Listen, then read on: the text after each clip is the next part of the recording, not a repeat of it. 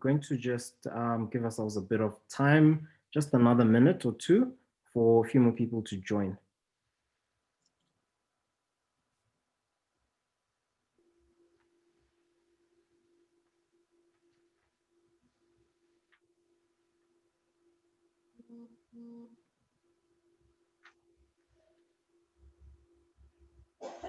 In the meantime, while you're waiting, you can definitely follow Smart Digital Solutions on social media. You can follow AMI on social media. You can follow BMF Sandton on social media.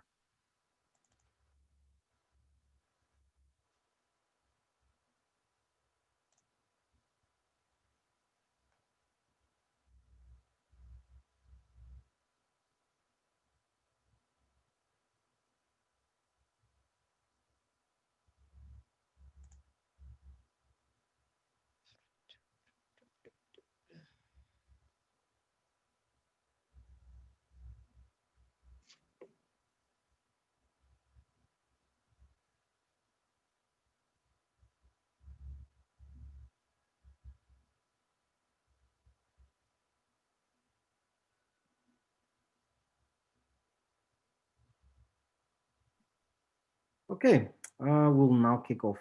Welcome, welcome, welcome, everybody. Welcome back to the African Women in Digital series of webinars where we bring you really breathtaking, exciting, and informative webinars on the digital transformation in our country, on the continent, and in the world. So today we have a very exciting guest. We've got Lynette Magasa, who is the founder and the CEO of Boniso Holdings. And under her leadership, she's gotten a lot of recognition, including Transformation Champion in 2019 by Top Empowerment Awards. She's one of the most respected women in the South African telecoms and SME space. And she's worked in more than 5,000 cellular sites across the country, bringing cellular communication, bringing data connectivity, and bringing the 4IR age to the most remote of places in the country. And she's participated in a number of international events organized by the UN, organized by the World Trade Organization. And all of these were addressing challenges around digitization, digital transformation, and global SMEs.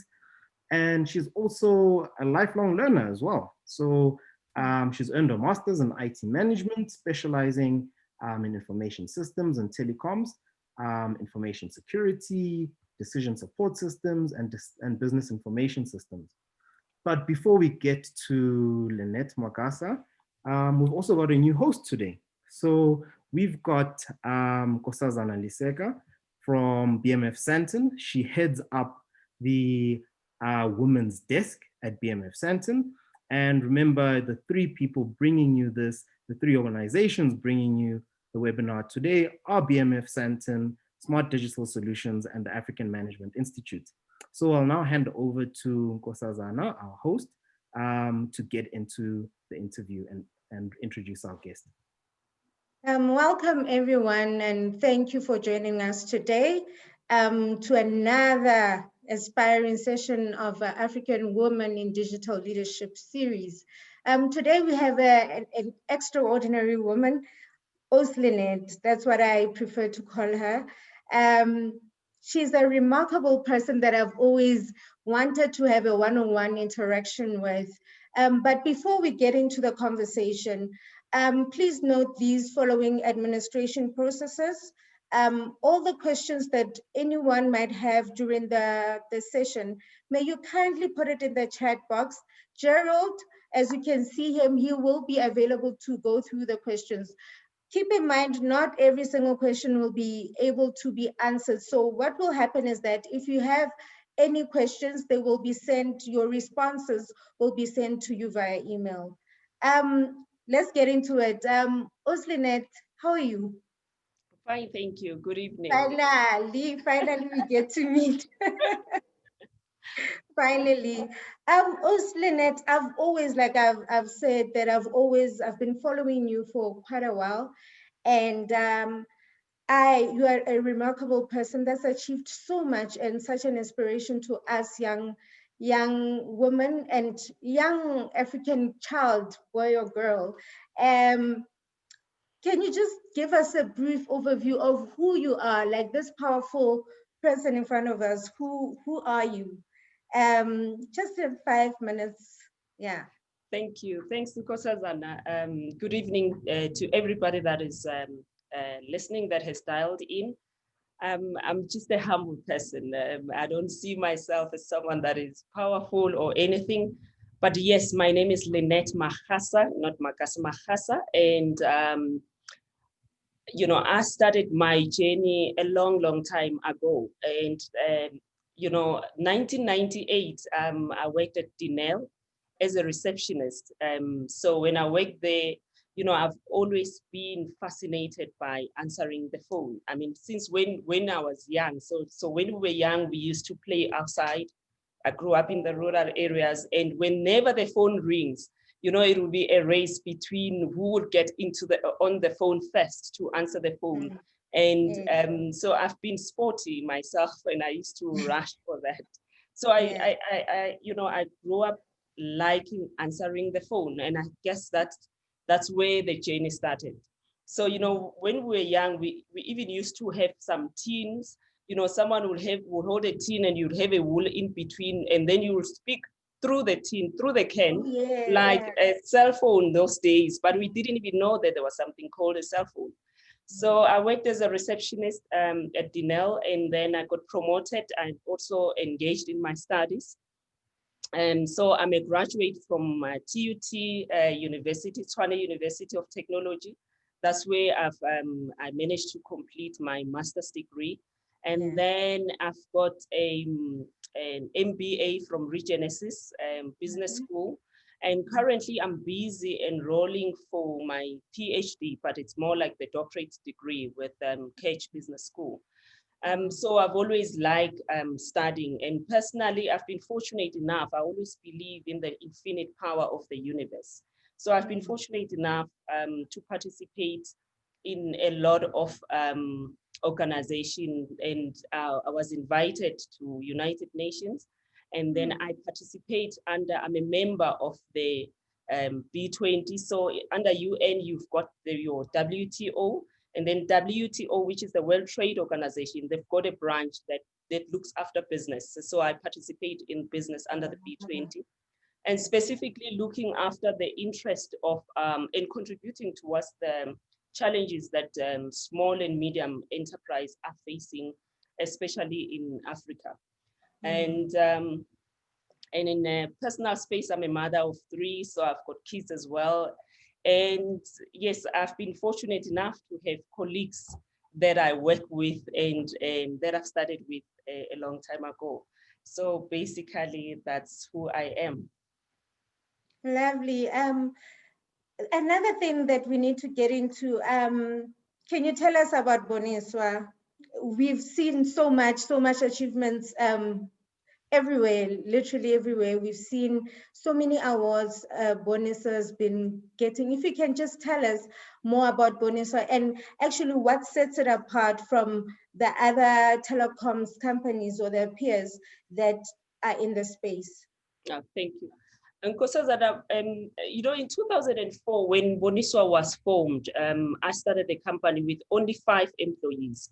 And today we are blessed to have over 200 employees. So what the company does is, in simple terms, we are in the GSM space. So we are participating in terms of, we've got clients, which most of our clients is the cellular industry. And then the cellular operators, sorry. And then, so what we do is, you know, there will be an issue or a challenge of network wherever a person is. And then we would go out and do surveys. And then, so we build the sites. So what we do is, building site is those red and white masts or the artificial trees. And then we'll also go on the rooftop just to make sure that people have got connectivity. And so what then the company does is, we don't only end there. We also do an after sales to make sure that, you know, whenever there is a change on technology, like right now we are talking about the 5G, but before 5G or before fourth industrial revolution, you know, there was 4G, So whenever there's a change of technology, we go on those very same mast, and then we change the antennas, we upgrade. So that's what we call network upgrade. We upgrade the network just to make sure that in the urban areas, there is that coverage and that right technology that everyone needs in terms of the speed. So we also participate in the deep rural deployment, where I think that's where much of my passion is. Not that it's not in the urban areas, but you know, it always fascinates me, and I guess that's what keeps me awake at night, just to try and give connectivity to those that don't have a voice in the deep rural areas. So that's what we do. And luckily enough, now it's addressing the challenges that COVID-19 has brought into everybody globally. And so that's what we basically do. And then, so we've got a branch with Boniswa where we also do our own manufacturing. And then the products that goes into a site, we then manufacture it within in-house, and then we come up with technologies to say how best can we better those products so that it fits in the different networks. Yeah. Yeah. Oh, you do a lot. Yeah, you do a lot. I need to ask you one very important thing, is that you said you started at Denel, then you moved on in.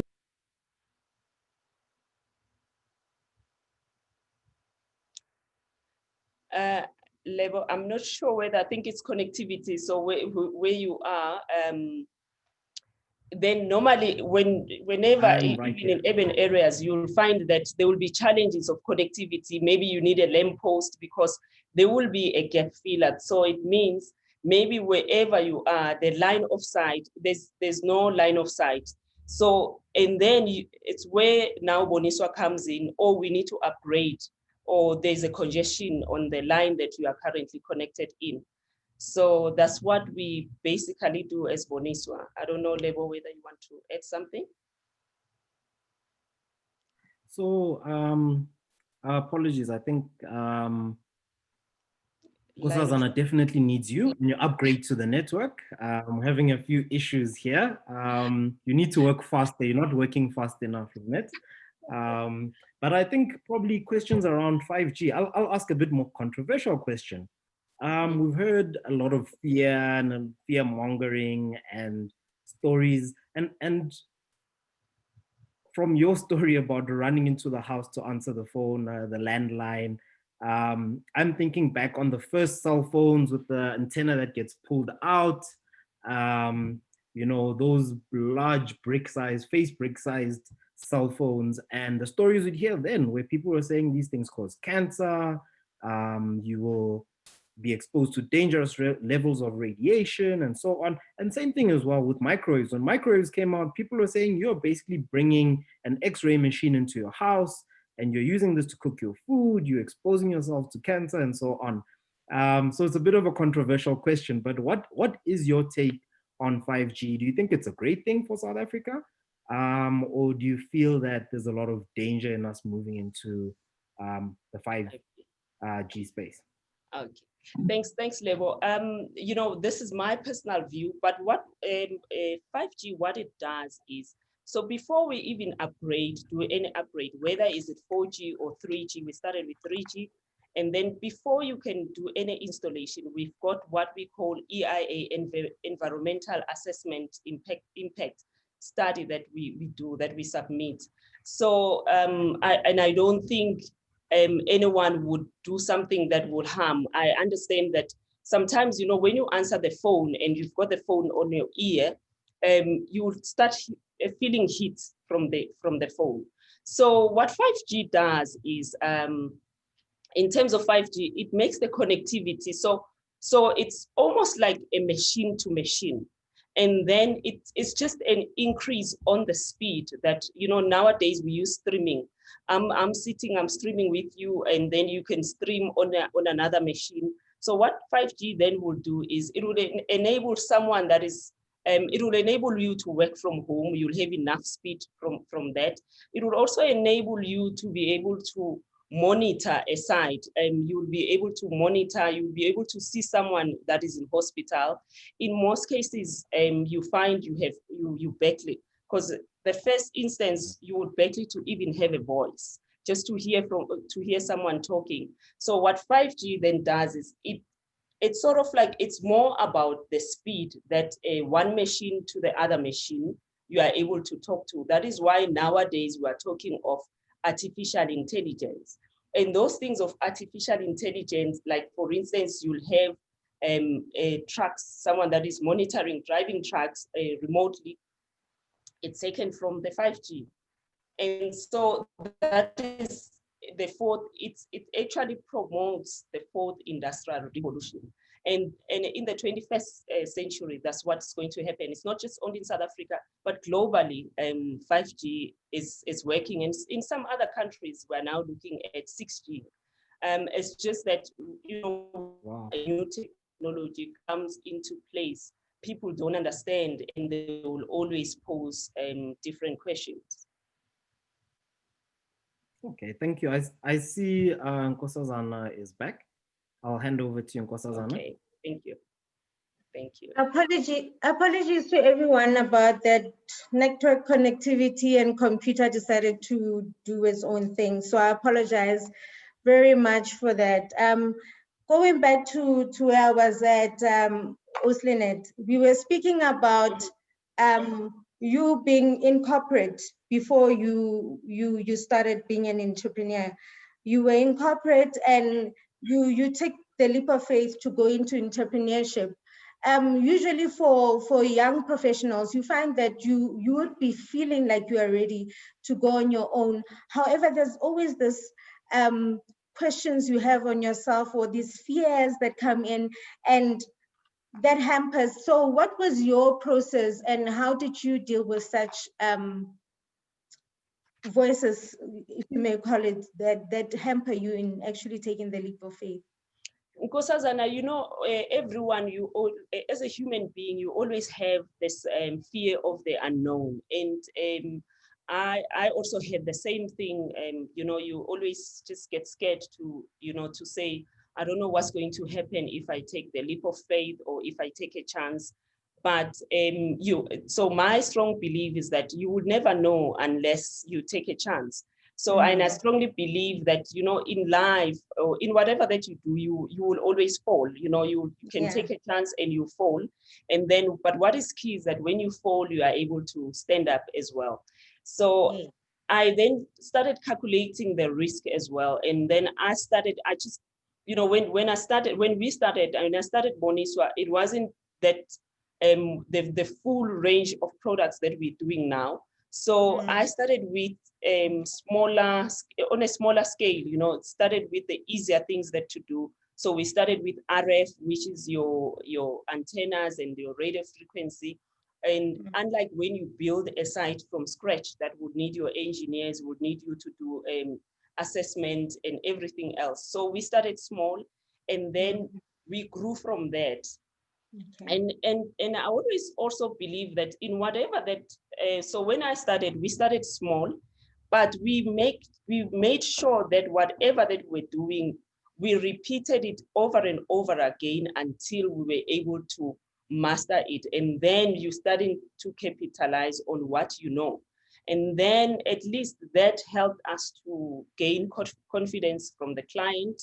And I still, up to today, whatever that gets onto our plate, I always first review and say, let's maybe take a smaller chunk.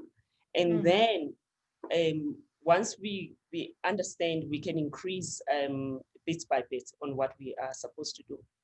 Okay, no, that clears it up very much. But also it comes back to saying that if you say you started as a company of 10 of you, five of you, wow. Yes.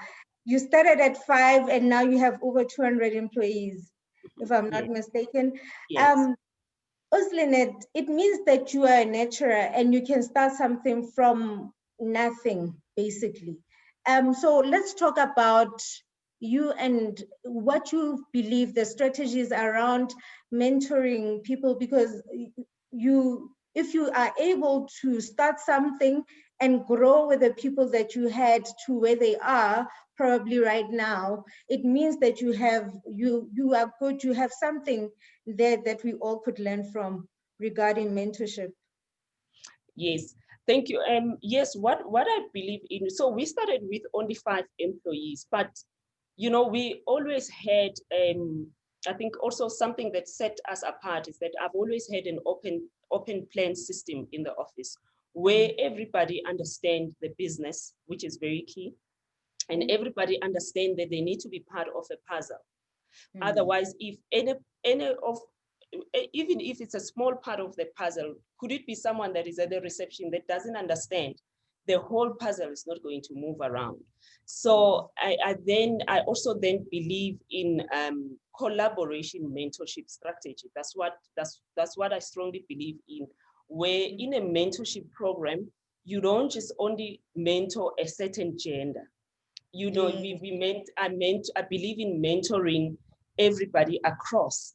I often say and joke, Nkosazana, to say that I've got kids, I've got boys as well, that how I wish that, when there is a take a girl to school, it's maybe time that we also have a take a boy to school, because when you take a girl to school, who's going to then interact with this girl? Is that boy that we left on the side of the road? So I believe in collaboration mentorship where, like nowadays, there's digital economy. And then, so in the digital economy, you can find experts or young ones that are very intelligent, but you still need wisdoms from the older generation. So I think with that, that has been my recipe.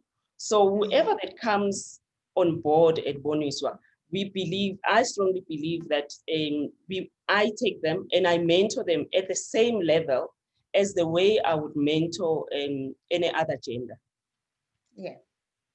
Oh, that's absolutely amazing. And this is a conversation that needs to be had, because once you, like you mentioned, I like the part where you say you have a girl, you mentor her, and then one day, for argument's sake, she's gonna get married to which guy? So yes. I like that very much. You also spoke about that Lebu introduced you and said you were part of the UN. Can we go in a bit, if you can tell us more about that, what your role is within the UN? Okay, thank you. So in the UN, I try to explain a bit to Lebo to say that within the United Nations, you've got a branch that is called WTO, which is a World Trade. Then under the World Trade, you've got business B20, which looks after business. And one of the things that I participate in, I've always had a passion on SMEs. So we look at the challenges that SMEs they face, which normally that will be your financial exclusion. It will be the limitation on value chains that most SMEs, smaller businesses, they cannot get into. They don't have the muscle to be able to tap in the global value chains, and also you get a lot of trade barriers. Your trade barriers will be your high import cost or your export cost that get discussed under WTO, because WTO is meant for that. But as a smaller business owner or as a smaller organization in Africa, you have your challenges with internet. You don't have connectivity. So how would you know which legislation that is in place? And also, I've always been I've always been a strong believer that whatever regulations that are done and decided at the United Nations, under WTO, are they sufficient enough, or are they easier to understand by an entrepreneur that doesn't have someone that could interpret these regulations, or you won't have someone that can assist you to say what is happening with the trends. So we try then to try and participate, that at least whatever that is discussed at a policy level, is it easier enough for someone like me, and that they would be able to understand, especially in Africa. Can we also going through, as you know, we are now at alert level 1, and a lot of people have also lost their jobs in the process, unfortunately, and they're looking into other options, and maybe there are a couple of people that are in the space of telecoms. What would you say that you can see it's something that's moving that they can look into?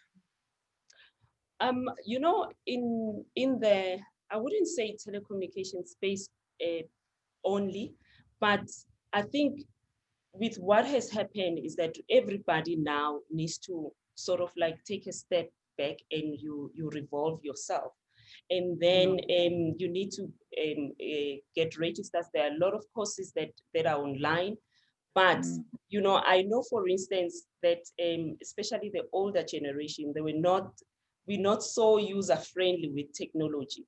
But I think it's time now to take that leap of faith and face our fears, to say, let's adapt into technology. Let's register for a smaller course, because then if you are good with technology, you are able to understand what is artificial intelligence, you are able to get into just to surf on the net, then you are able to market yourself. You are at the same level where you can compete with a bigger company, because marketing then becomes free.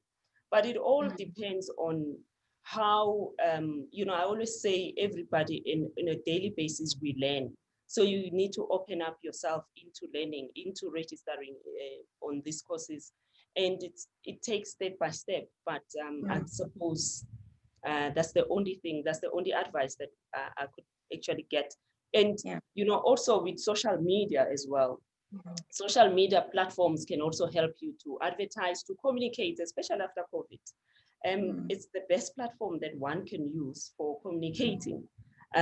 So I think once you open yourself into learning and into the possibility of the unknown, and say to yourself, you know what, it's okay if I fall, but I will stand up, and no one will laugh at me as long as I am myself. And I guess that's what one could do. I love that. Absolutely. You basically are saying something that somebody mentioned earlier, that if you take small efforts, they actually go a very long way. So by starting to get informed and knowing exactly what you're looking for actually goes a long way. Thank you so much. Gerald has a couple of questions in the chat box that he would like us to go through. No. Thank you, Gerald. You can take over. Thank you, Nkosazana. Lynette, there's just one question here. I have seen many companies come and go in the same space, especially RF industry. What has kept Boniswa afloat for so many years? Thank you, Gerald. I think what has kept us afloat is that, you know, whenever, and I always say, the guys, the team that I started with in 2004, they are still here today. So it's not, we don't have the culture to say this one works and this one is the manager. We work together. And I think one of the things that differentiate us is that because we share the breadcrumbs together, we then, we've got a culture that we've got to win, you know, together we have to make sure that we succeed. And so as a result, it doesn't matter with Boniswa whether it's a weekend or whether it's late or where the site is.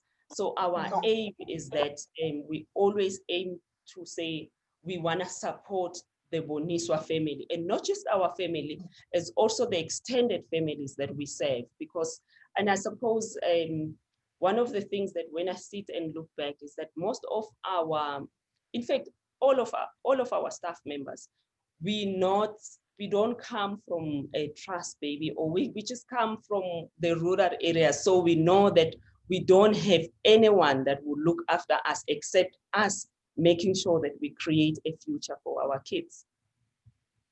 Thank you very much. Back to you, Nkosazana. There's one more question that I would like to know, and this is coming from a human being form, as how are you able to tackle life situation and work so hard? Because Boniso is a group, you manufacture, you are busy, and you also have children to take care of. So how do you strike the balance? You know what I do is, like I said, because we have an open system, so I sleep. I know that the guys that are at the finance department, they know how much money comes in and how much money goes out. So because we work as a group, and it has never been my journey alone, or it has never been. I've been so blessed to work with a team that understands that what needs to be paid and what needs to come in, and so we make collective decisions. And I think one of the things that as an entrepreneur you can do for yourself, it's you know, having a wisdom to be able to get people or surround yourself with people that works for you that are even more capable than you. So I've made it my own responsibility that I surround myself with people that have got more technical abilities. Yes, I also get involved in whatever that they do, but I always, whenever you are given a position, you can make a decision as long as you know that that decision, it's a collective decision. What advice do you have for someone who's trying to come in the sector, like when you entered brand new? What advice would you tell them? The advice that I would, you know, what has helped me is that when I got into the sector, you know, 2004, in the sector, you know, there were people that were long been here. So I've never shied away to ask questions. I've never shied away to say, I don't know. And then I've met so many amazing people, both males and females, that has hold my hands. And in fact, ironically, you know, in our sector, there's a lot of guys. So there've been a lot of guys that whenever you are honest enough and say, I don't know, but you are willing to learn, they would hold you with hands. But once you are given a platform, I've always believed that when I'm given a platform, it's just that one shot that you are given. So you then need to give it your best so that you produce quality. Because once you produce just one site that is good quality, that is able to switch on air, that's your ticket. That is your trust fund. That is someone that, you know, it will top. You will always get business based on the quality that you produce, and also not only the quality, also the time that you take to produce that site. And whenever I fall, or whenever you fall, you know, I always go back to the clients to say, you know, I am sorry, we've made a mistake, and then this is what we're going to do to make sure that it doesn't happen. So you don't shy away on your mistakes as well. You own up to your challenges. Thank you so much. Gerald has more questions for us. Gerald. Thank you. Are there any specific opportunities in the telecoms industry that you would advise young women and men to explore, especially looking at the 4IR? Well, I think I wish I was the client or the minister, but I think there's a lot of opportunities, especially in participating. There's still, you know, connectivity, it's still a long way. So in participating towards the deep rural development, I think there's a lot of opportunity there that one can get into and want to participate. Because just globally, there's still, you know, connectivity and high speed in the digital age. There's still very little that has been done. So I think if one wants to get into the space, obviously one needs to study, and also maybe, I mean, I started with subcontracting. You start small and you support those that are there, and that's the best way. That's the only best way that you can learn under an umbrella of one contractor that is been there. Unlike if you go straight, you should straight for the bigger guys, because I think there's still high barrier to entry there. Thank you very much. I have another one here. What is a tech trend you are looking forward to that could increase the impact of your business? I beg yours?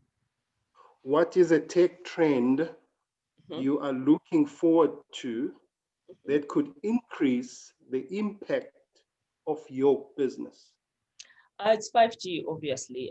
For me, it's a 5G. That would be the one, and also it will be 5G, and also connectivity in the rural areas where one looks into Wi-Fi connection that could be done through the schools.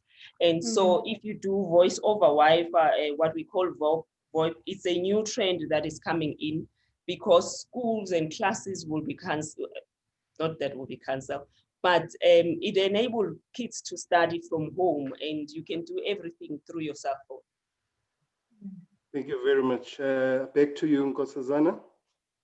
Thank you very much, Gerald. I think if that's it from you, Gerald, no more questions from your end? Okay, there's one, if you're allowing me. Yes. What or who has been your greatest influence in business, and why? Okay. It has been my grandmother. My grandmother has taught me quite a lot. And one of the things that, one of the lessons that I still take with me is that, she has told me to be humbled, and she has taught me to be myself. And then she has really, really taught me to believe in myself, in whatever that I do. And I cannot try and be someone else. I will always be me. So she's one person that I really look up to in business, because she herself, she used to run businesses. She used to have a fish and chips shop, and then she grew from that. Thank you very much. I'm sure there's a lot we're learning here. And just probably last one for now. What steps are necessary for a woman entrepreneur who wants to move her business to the next level? I will think that if you would like to move, benchmarking for me is very important, and then continuous learning.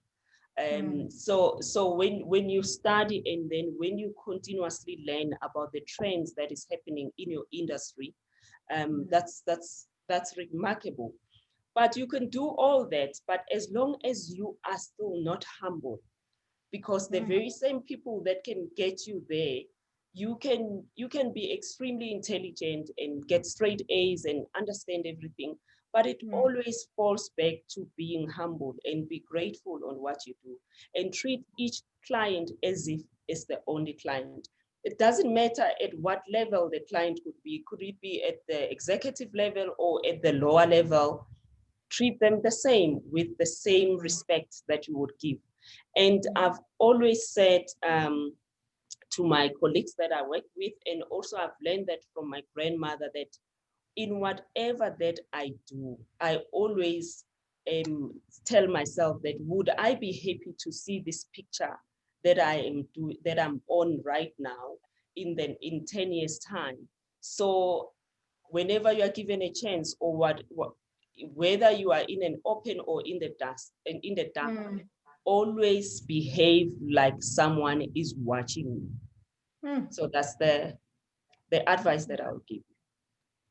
Thank you very much, Lynette. Back to you, Nkosazana, for now. Thank you so much, Lynette. Those were very encouraging words, especially about being consistent and being able to be who you are, irrespective, and being humble, because you'll have to cross the bridge one day. I'm not sure if Gerald, I think I saw one more question. If there isn't any other questions, then we can wrap it up and thank everyone. Gerald, are there more questions? Sorry, Lynette. Looking to the services you are offering, is it true to say that all the networks that are there could use your service, like could be MTN, Vodacom, Cell C, they can all come to Boniswa? That's true. That's what we basically do, is that normally all the bigger operators, so Boniswa is in South Africa, and then we're also in African countries. We're in Botswana, we're in Namibia, we are in Swaziland, we also in the US, we have a marketing office in France.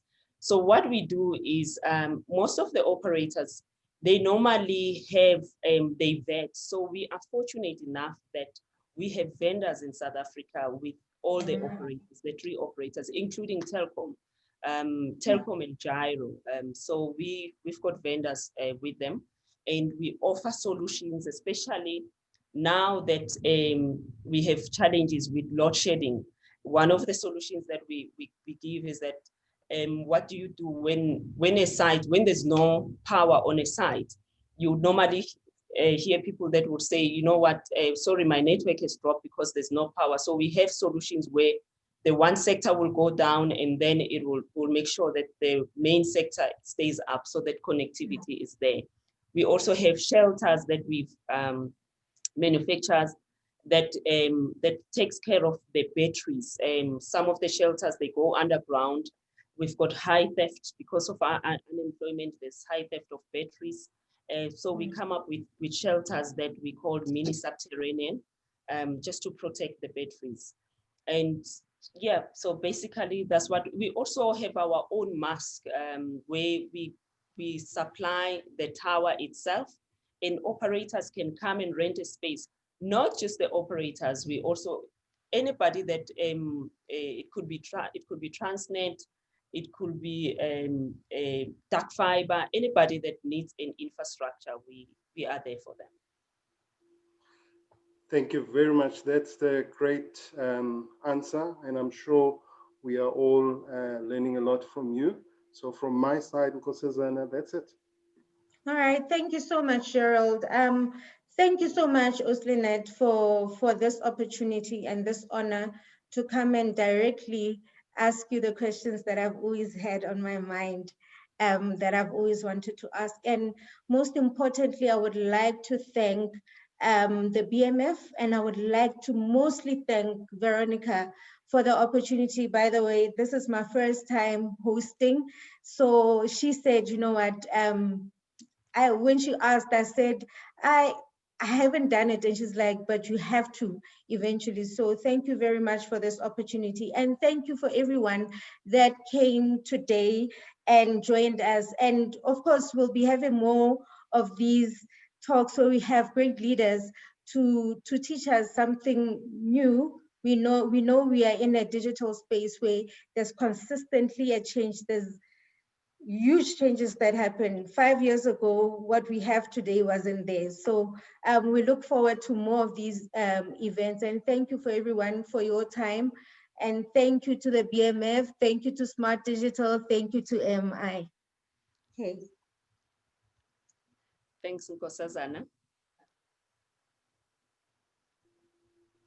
I think back to you, Lebo, for closing. Thank you very much. To wrap up, I'd like to just remind all of you to can probably connect with Uslinet on LinkedIn, on some of the other platforms, follow her company, follow what she's doing out there.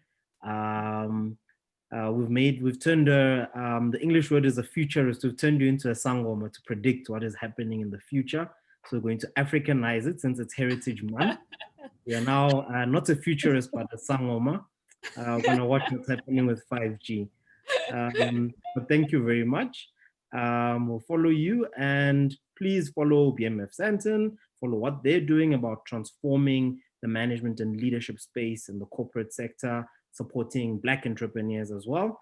Follow Smart Digital Solutions and Veronica to keep abreast of what Smart Digital Solutions is doing. And they've got a very, very beautiful rebranded corporate image at Smart Digital Solutions.